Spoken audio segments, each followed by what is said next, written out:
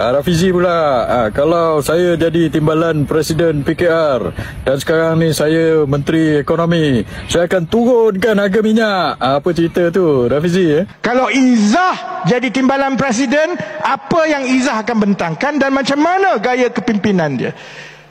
Jadi, daripada kami duk cakap dekat sini, cakap dengan penyokong kami, Izzah duk cakap dengan penyokong dia, dia cakap kita tak tahu, kita cakap dia tahulah sebab kita sihat kan.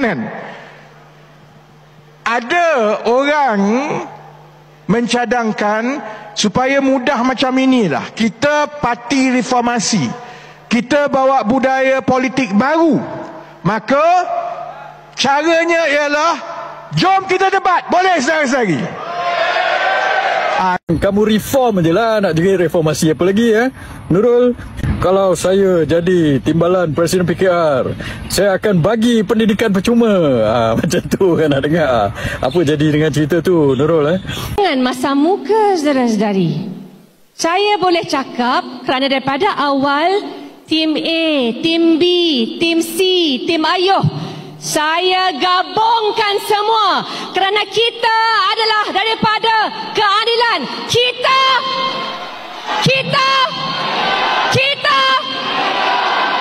jadi kita perlu garap, kita perlu bina jambatan, dan tema kita kena angkat tempur lawan sebenar.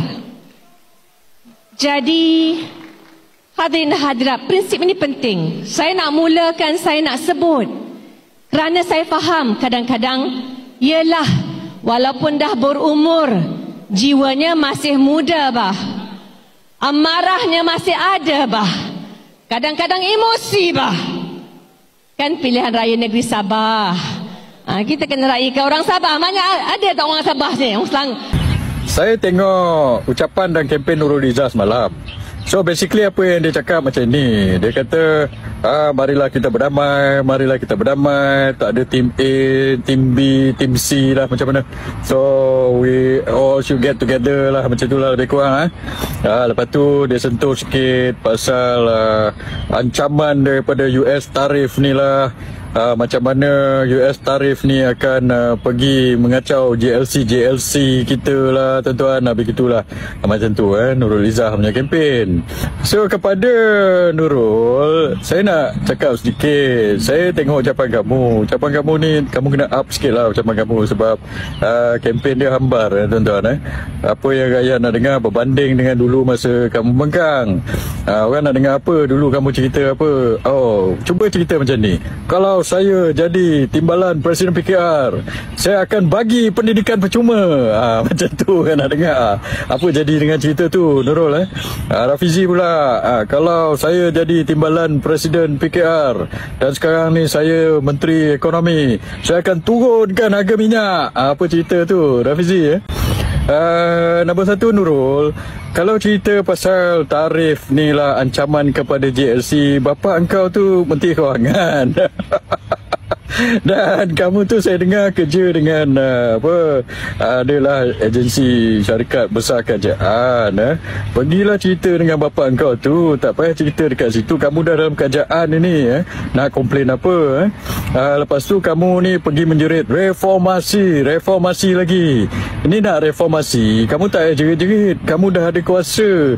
Kerajaan persekutuan pun kamu pegang, kerajaan negeri pun banyak yang kamu pegang. Kamu reform je lah, nak jerit reformasi apa lagi Nurul? Itu yang saya nak bagi tahu. Cuma upkan lagi kempen kamu tu. You have to be more, kalau kamu tak nak pergi kempen negatif macam Rafizi, you have to be inspirational. Tapi based on ucapan semalam, tak inspirational langsung.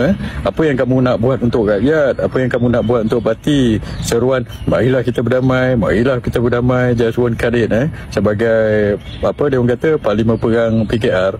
Yang seorang lagi pula, Rafizi pula, saya nak cakap. Saya ingat apa yang kamu cakap macam ini. Kamu kata kita kena menyerang.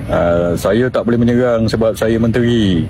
Apa orang kata, tangan dan kaki terikat. Saya kena jadi yes man.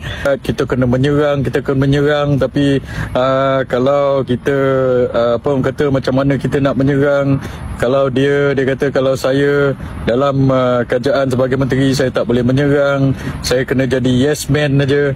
So that is basically apa yang Rafizi cakap lah. Lepas tu dia pergi menyerang orang lain dalam parti dia sendirilah, Rafizi ni dan kamu kata juga kalau kamu kalah kamu akan letak jawatan sebagai menteri. So basically what you saying is that kalau kamu menang, kamu akan maintain dan kekal jadi menteri, dan bila kamu kekal jadi menteri, kamu akan kekal dan maintain jadi yes man, tak boleh menyerang dan tangan dan kaki terikat lagi, Rafizi. So apa benda yang kamu cakap ini? So sebenarnya saya ingat macam ni, saya ingat kamu pun dah confused dengan apa yang kamu cakap. Sebab tu kamu suruh orang kamu undi Nurul Izzah ke apa. Kononnya kamu nak reverse psikologi lah. Sekali kamu ter-reverse psikologi kamu sendiri dengan kamu confused apa yang kamu kata. Sebab what you telling your penyokong is this. What you telling is you cannot do much sebagai menteri. 2 tahun setengah ni kamu jadi yes man. Tapi kalau kamu menang, kamu maintain sebagai menteri dan kamu kembali jadi yes man. So apa guna mereka undi kamu sebagai timbalan Presiden PKR? Sebab tu saya cakap kamu ini macam kamu dah set up ataupun kamu hanya mencari alasan untuk mengundur diri daripada jabatan menteri itu. Kalau kamu terus letak jawatan menteri yang kamu tak boleh handle itu, orang kata kamu mengecut. Tapi kalau kamu kalah, kononnya adalah alasan sikit untuk kamu mengundur diri, yang sebenarnya kamu pun memang nak belah daripada jawatan itu sebab kamu tak boleh handle. Dan kepada dua-dua ini, sebab itu saya cadang untuk upkan lagi ataupun untuk jangan menghambarkan kempen kedua kamu. Satu, orang dah bosan dengan kempen negatif Rafizi. Dia nak menyerang-nyerang apa benda sebagai kerajaan pun nak serang. Padahal janji-janji dulu yang dia cakap, kamu cakap itu semua ke laut. Dan Nurul Izzah juga kempen kamu hambar. Sebab tu saya kata untuk menidak hambarkan kempen kamu, buatlah debat dua orang ni.